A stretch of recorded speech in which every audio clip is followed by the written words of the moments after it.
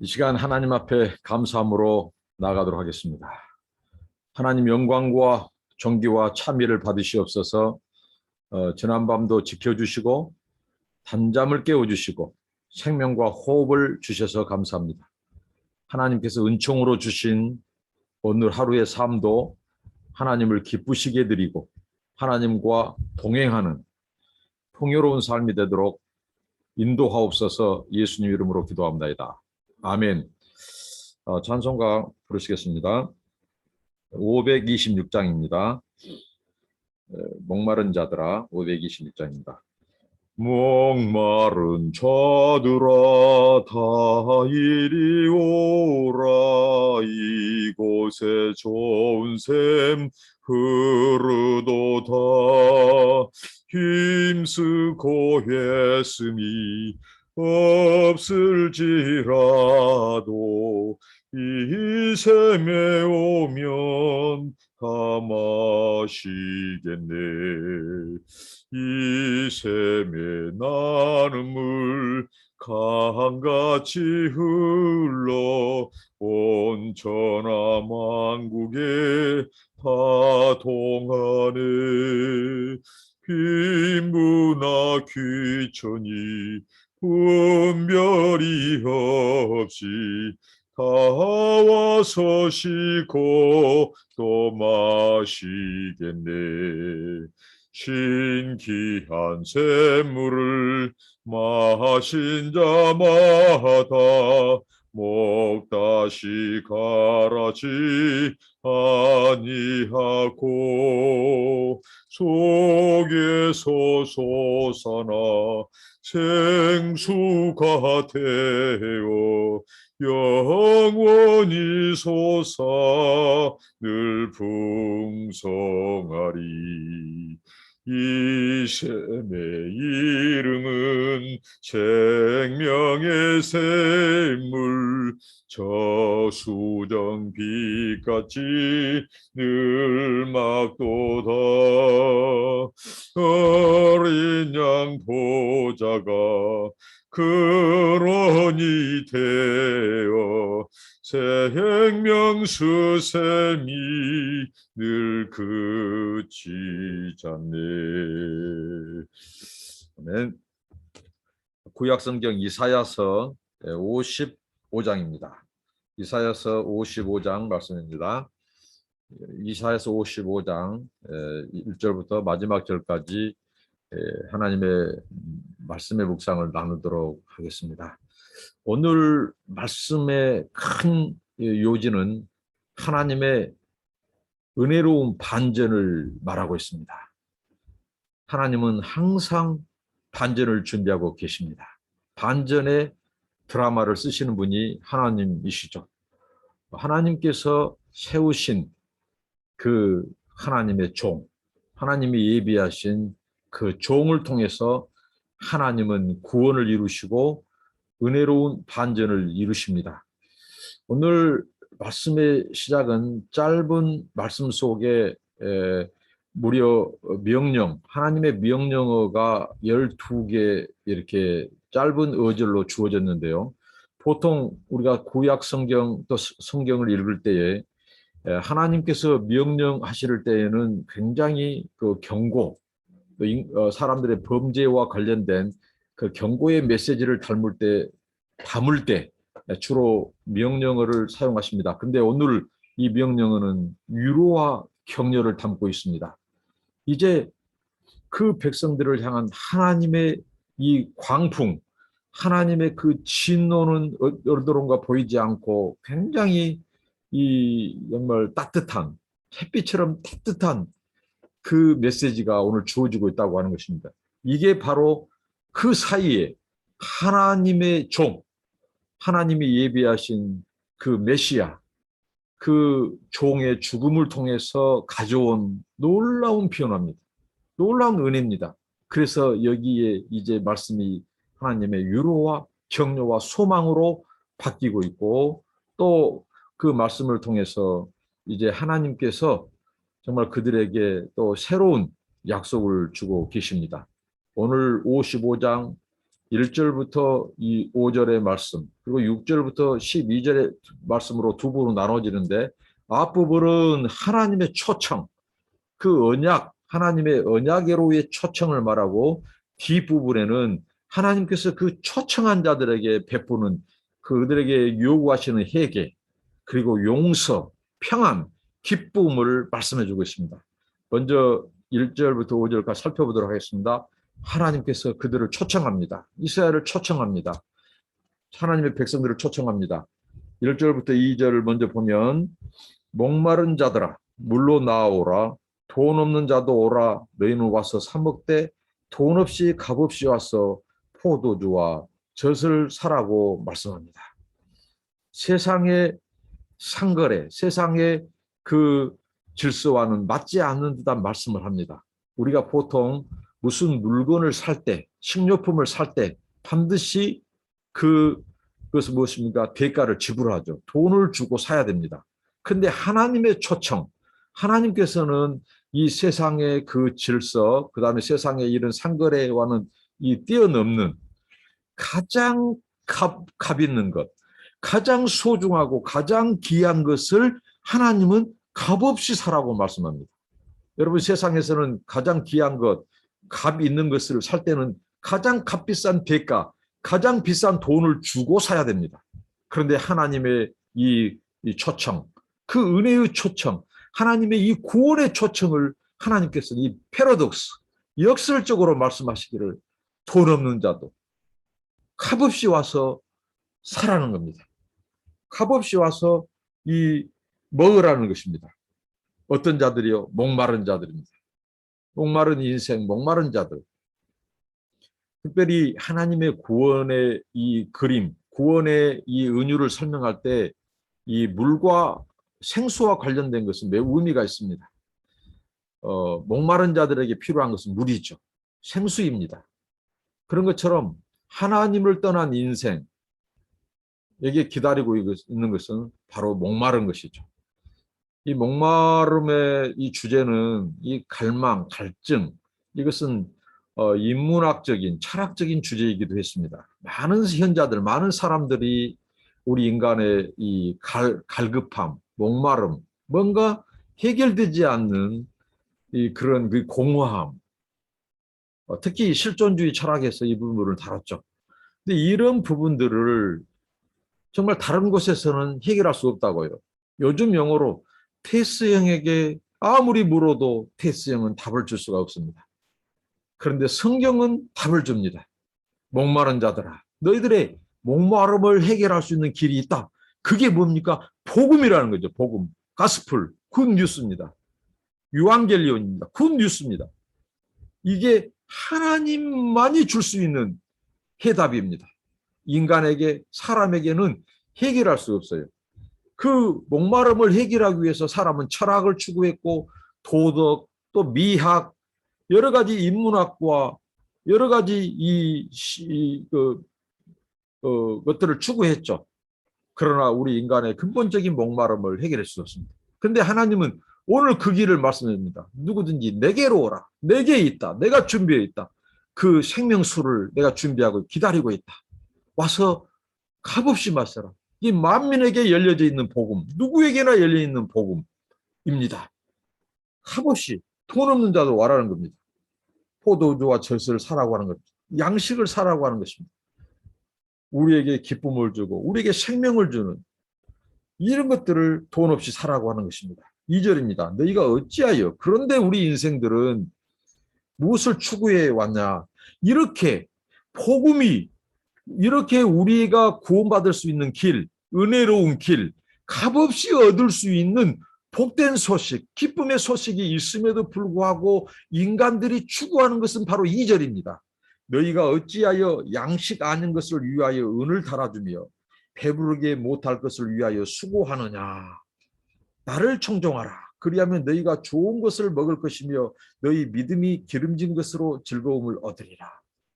우리 인생들의 그 수고, 양식 아닌 것을 위하여 이 은을, 돈을 쓰는 헛수고를 말합니다. 배부르지 못할 것을 위하여 수고하는 우리 인생, 말합니다.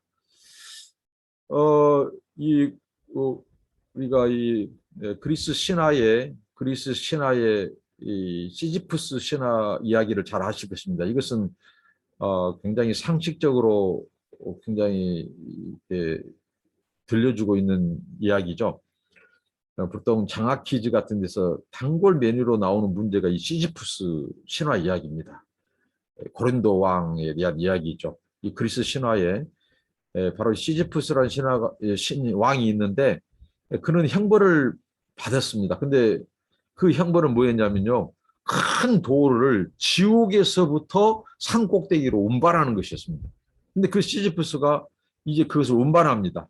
그런데 그 힘들고 땀을 흘리고 그 무거운 돌을 어떻게 이 노력 끝에 산 꼭대기로 옮기면 이제 꼭대기에 당도하자마자 그 돌이 굴러가 버려요.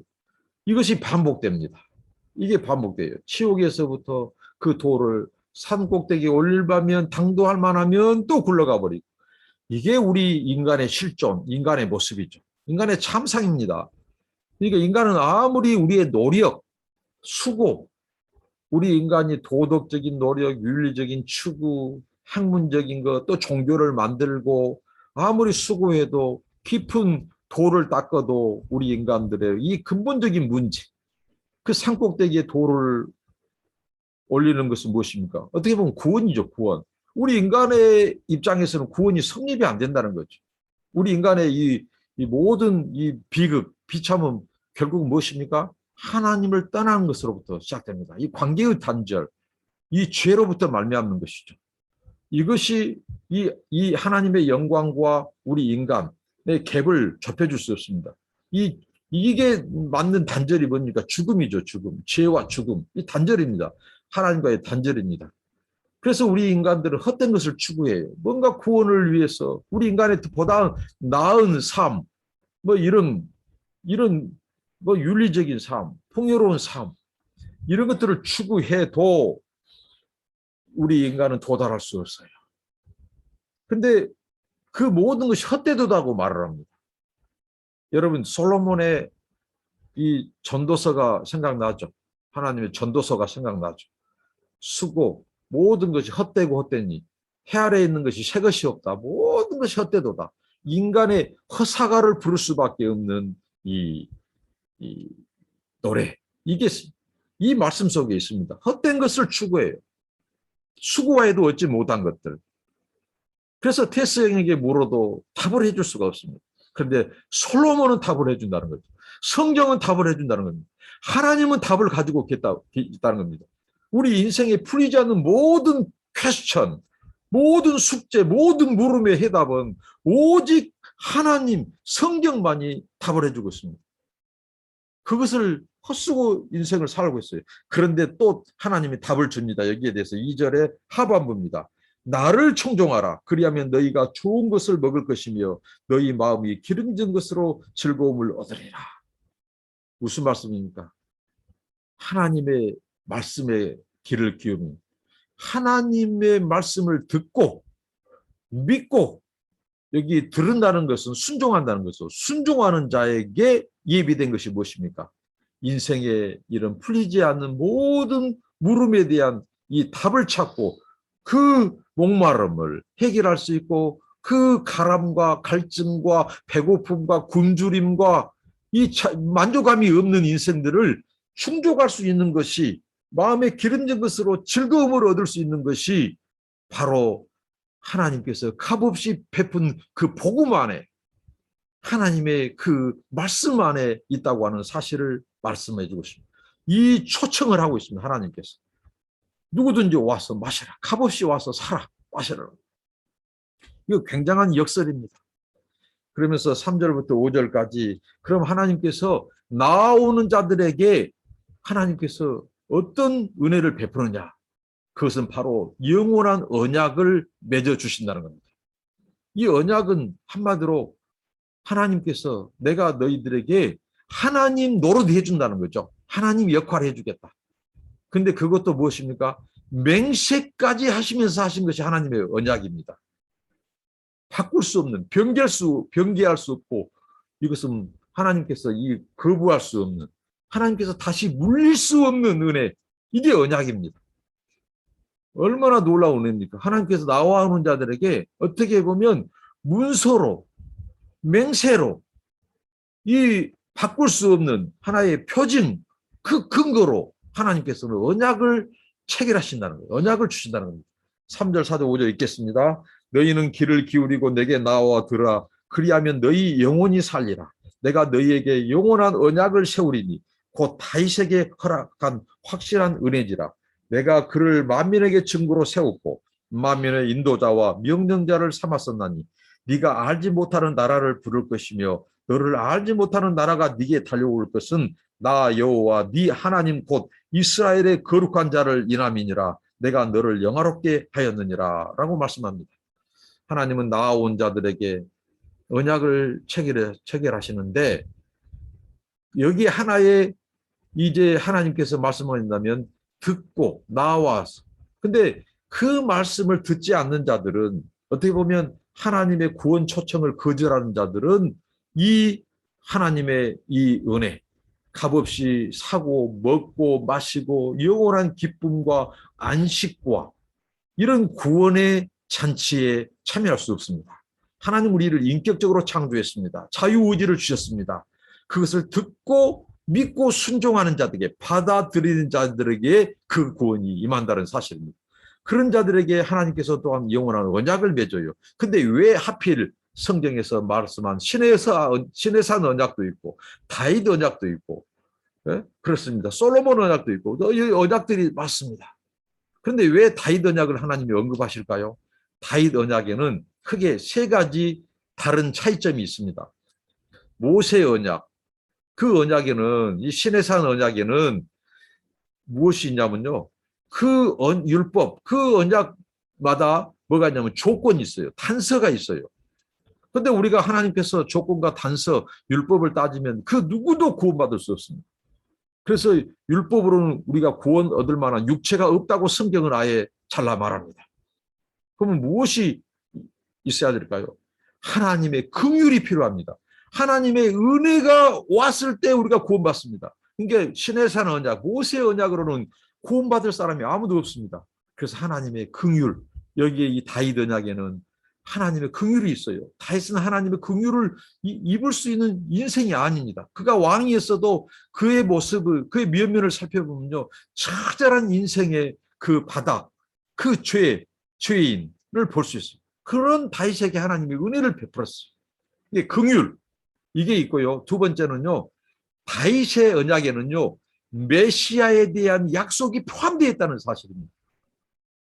이게 차이입니다. 그리고 다윗 언약에는요, 이 하나님의 이 물, 그들은 실로에 흐르는 물을, 이스라엘 백성들은 그 물을 거절했습니다.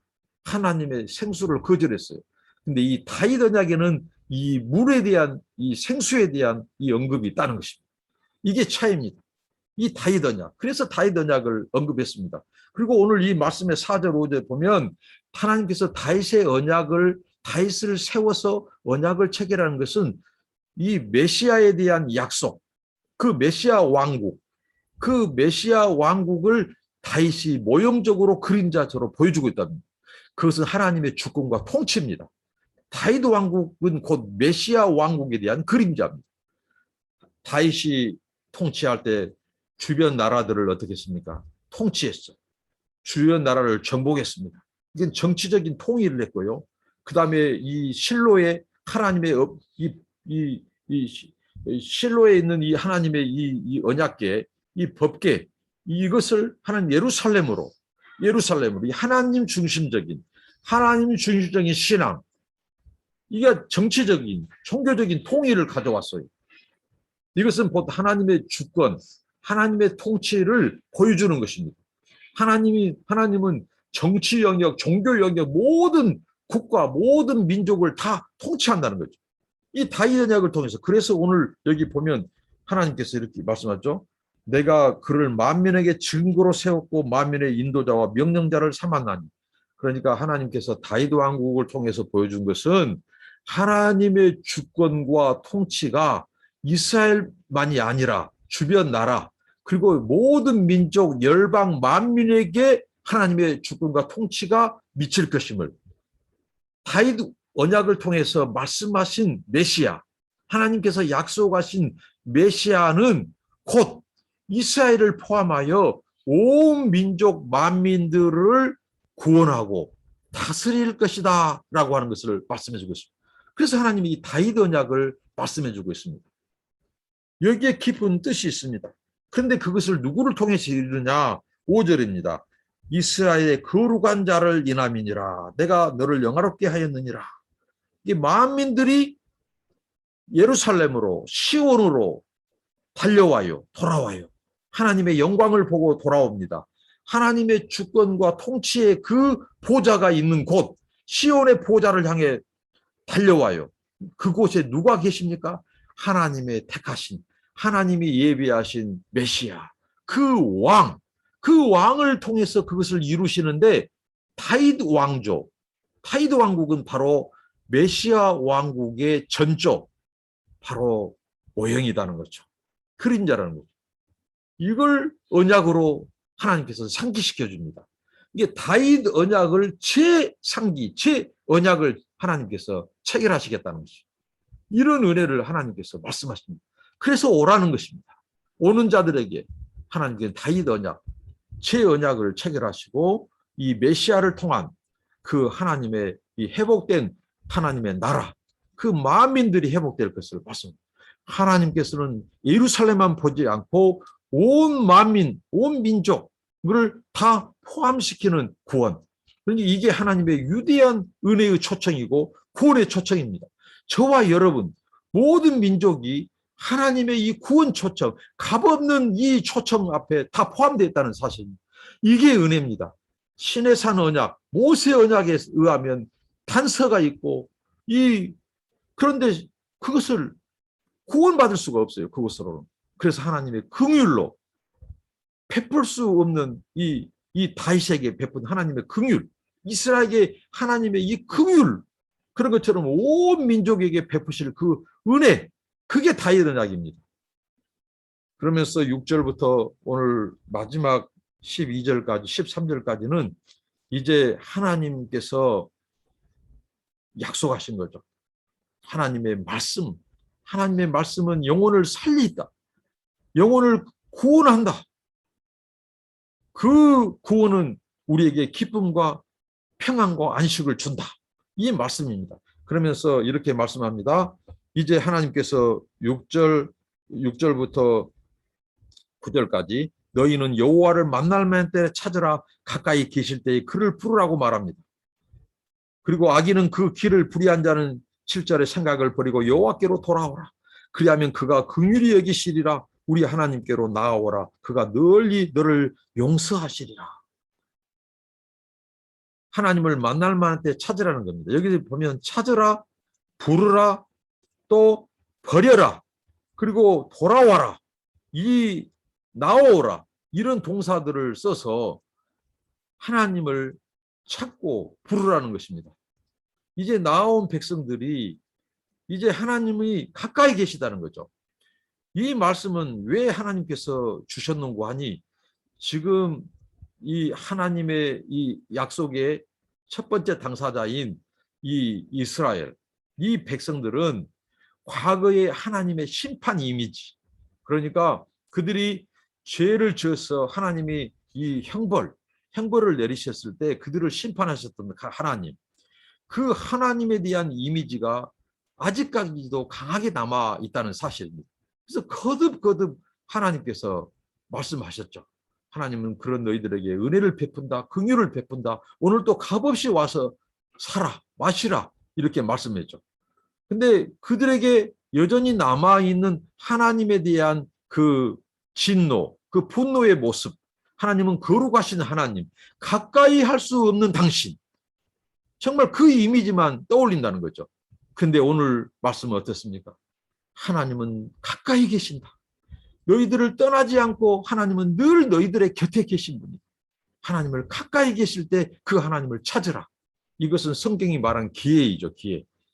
하나님의 이것을 은혜의 기회라고 말합니다. 하나님의 이 신약 성경에서 이 사도 바울은 이것이 하나님을 찾을 만한 데 찾으라, 이런 구약의 말씀을 인용하면서 하나님의 은혜의 때라고 말씀합니다. 은혜의 때에는 뭐예요? 누구나 와서 값없이 그것을 받아들이기만 하면, 그 초청장에 응하기만 하면 그 기쁨의 잔치에서 기쁨과 즐거움과 또 이 우리의 이 음식과 영원한 기쁨을 맛볼 수 있고 누릴 수 있어요. 그것이 기회다는 거죠. 기회. 은혜의 때에 주어졌다는 겁니다. 그런데 그 기회가 만양 천년 만년 영원하지 않을 것을 말씀합니다. 가까이 오실 때, 가까이 계실 때 찾으라는 것입니다. 하나님. 그래서 부르라, 찾으라. 하나님을 찾으라. 하나님은 우리에게 인격을 주셨어요. 우리를 영적인 존재로 만들었어요. 찾는 자가 찾게 되는, 하나님을 부른 자들에게 응답하십니다. 하나님께서 나를 만나달라고 하신 자들에게 만나주시는 하나님입니다.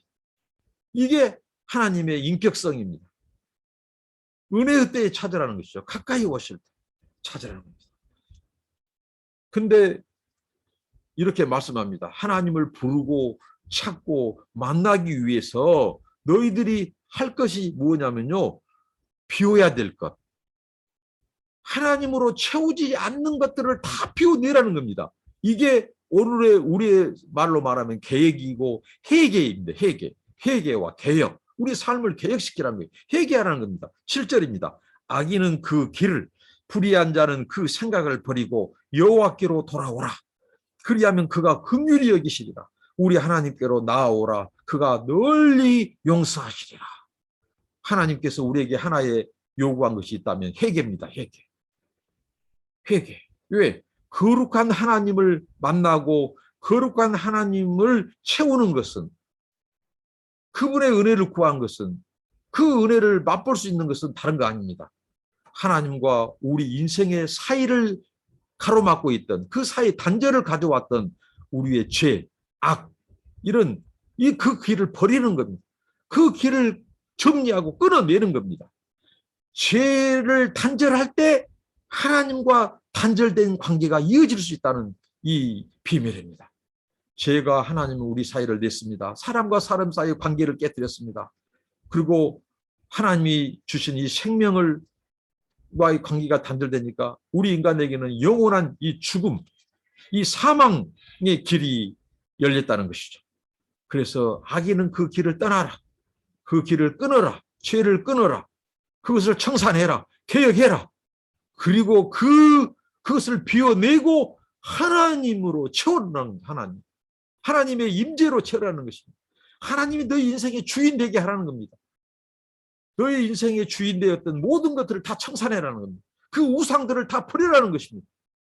그리고 그러면 하나님이 긍휼히 여기시리라. 이 긍휼은 무엇입니까? 헤세드죠.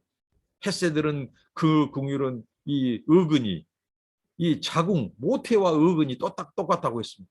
하나님께서는 어미의 태 속에서부터 어머니의 그 사랑을 받은 아이, 돌봄을 받은 아이처럼 우리 죄인들을, 우리 인생들을 하나님은 떠나지 않고 버리지 않고 가까이서 돌아오기만을 기다리는 그 부모의 심정으로 하나님은 우리 인생들이 하나님은 찾지도 않은데 하나님이 찾았어요. 이게 복음이라고. 이게 복음. 하나님 우리를 몇 번이고 저주하고 버려도 쌓여 쌓. 왜? 언약을 배반한 것이 인간이기 때문에, 이스라엘이기 때문에. 근데 하나님은 한 번도 우리를 떠나지 않고 버리지 않고 하나님이 찾아오셨어요. 여기서 구원이 성립됐다고요. 구원이. 이게 은혜예요. 은혜. 하나님이 찾고, 하나님이 기다리고, 하나님이 준비하시고, 초청장을 보내고 응하기만 하면, 그것을 듣고 순종하고 돌아오기만 하면 하나님은 언제든지 구원을 베푸실 준비를 하고 계셨어요.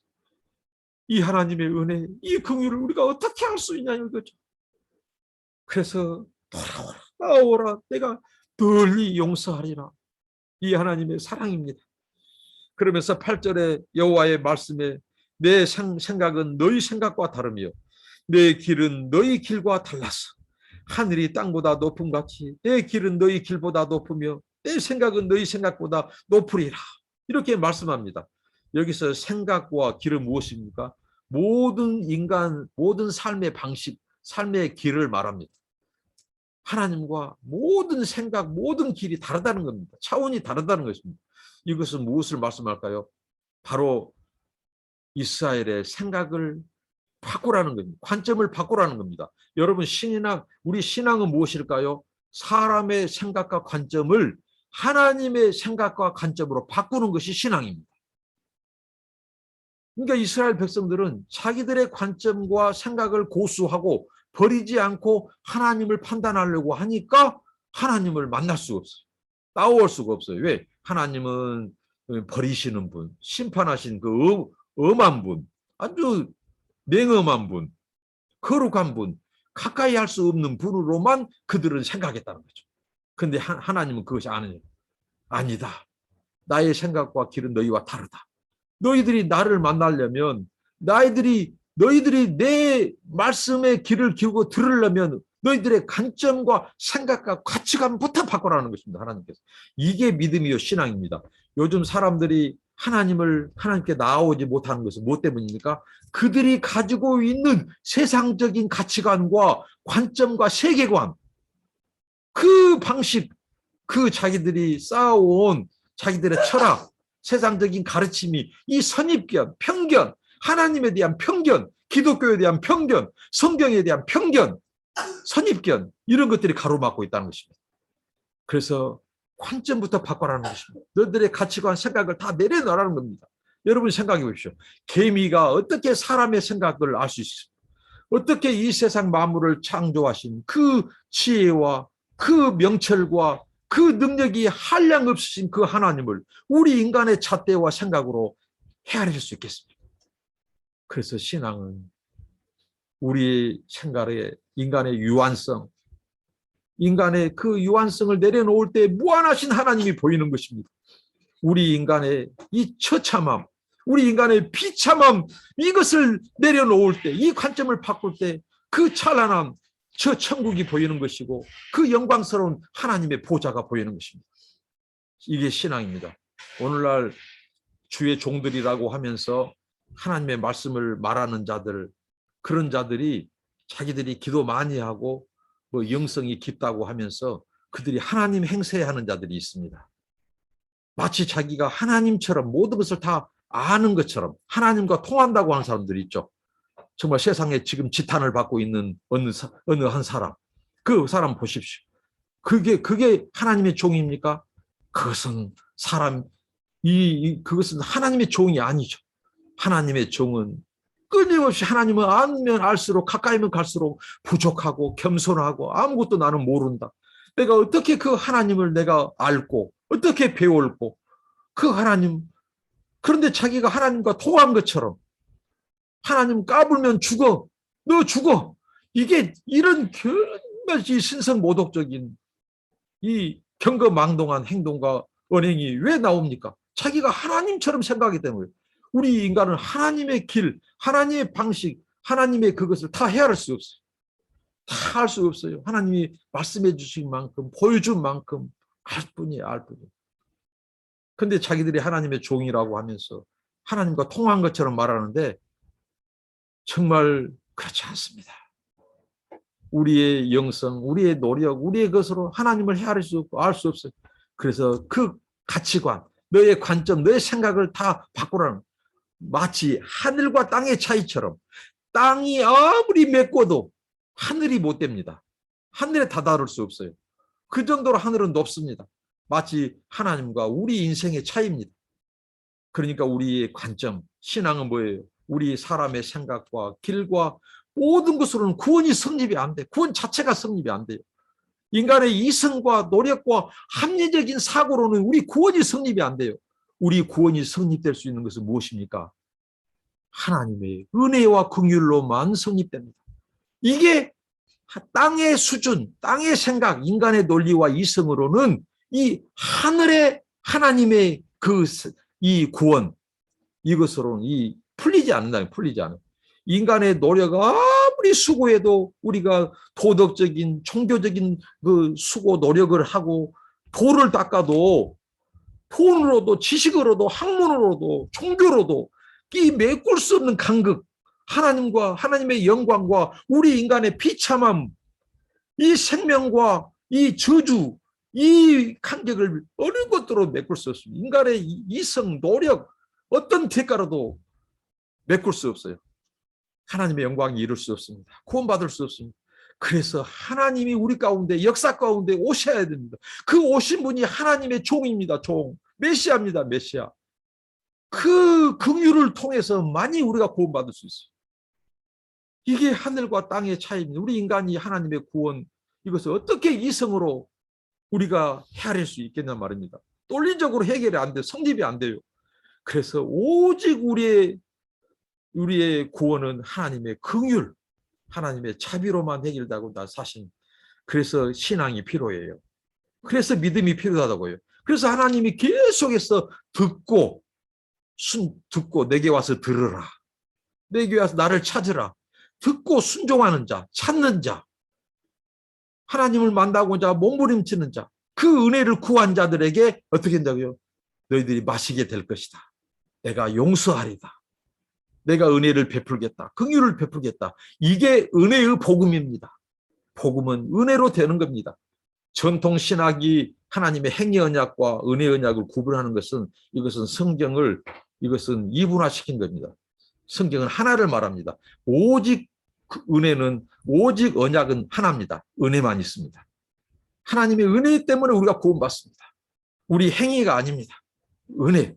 그래서 은혜 받은 자들은, 구원받은 자들은 어떻게 한다고? 순종하는 자들, 순종. 믿고 그 말씀을. 그래서 오늘 10절부터 보십시오. 10절부터 비와 눈이 하늘에서 내려서는 다시 그리로 가지 않고 토지를 적시해서 싹이 나게 하며 열매가 맺게 하여 파종하는 자에게 종자를 주며 먹는 자에게 양식을 줌과 같이 내 입에서 나가는 말도 헛되이 내게로 돌아오지 않냐고 나의 뜻을 이루며 나의 명하여 보낸 일에 형통하리라. 이 모든 것을 하나님께서 무엇을 통해서 약속하시고 성취하신다고요? 하나님의 말씀입니다. 그래서 하늘의 이 비를 비유로 말씀합니다. 자, 비.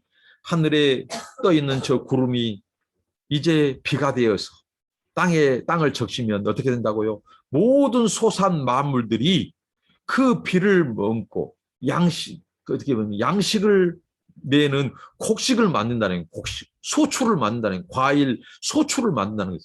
그래서 우리 사람과 또 짐승들이 그 비를 먹으면 그들이 곡식과 과일을 열매 맺은 그 양식을 먹고 우리가 생명력을 얻고 산다는 거죠. 이런 자연 만물.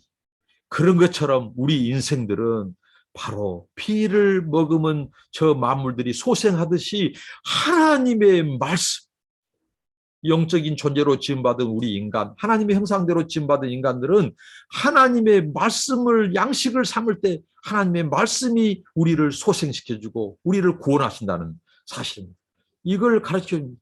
신뢰할 만한 말씀, 하나님의 말씀은 그의 약속은 천지 만물은 없어지겠지만 하나님의 말씀은 1.1핵이라도 없어지지 아니하리라.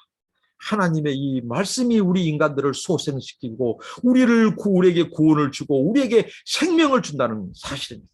이걸 지금 말씀하고 있는 이 말씀, 어떤 자들에게요? 나아오는 자들에게, 하나님의 말씀을 듣는 자들에게, 그 말씀의 능력을 믿고 말씀을 믿고 받아들이고 순종하는 자들에게 하나님께서 구원의 약속, 생명의 구원을 약속하십니다.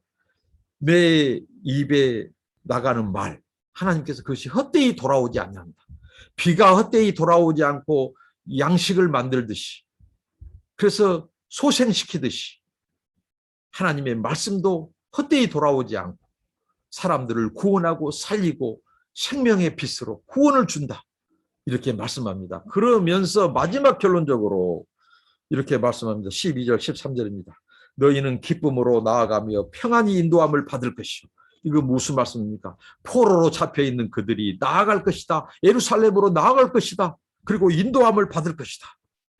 산들과 작은 산들이 너희 앞에서 노래를 바라고 너희들의 모든 나무가 손바닥으로 칠 것이요. 너희들이 구원받은 날, 너희들이 시온으로 예루살렘으로 돌아오는 날, 앞서서 말씀했죠. 하나님과의 부부관계, 이스라엘은 여호와의 남편, 이스라엘은 하나님의 부인, 아내, 이 부부관계가 회복되고 그 다음에 또 무엇입니까? 하나님의 이 폐허가 된 이 소위 말하는 예루살렘, 이 도성, 그 성읍이 회복될 것이다 말씀했죠. 그때 어떤 현상이 일어납니까? 모든 나무가 손바닥을 치고 찬양하게 될 거랍니다.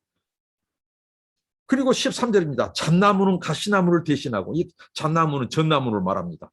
이 잣나무, 전나무, 이게 가시나무를 대신한다. 무슨 말씀입니까?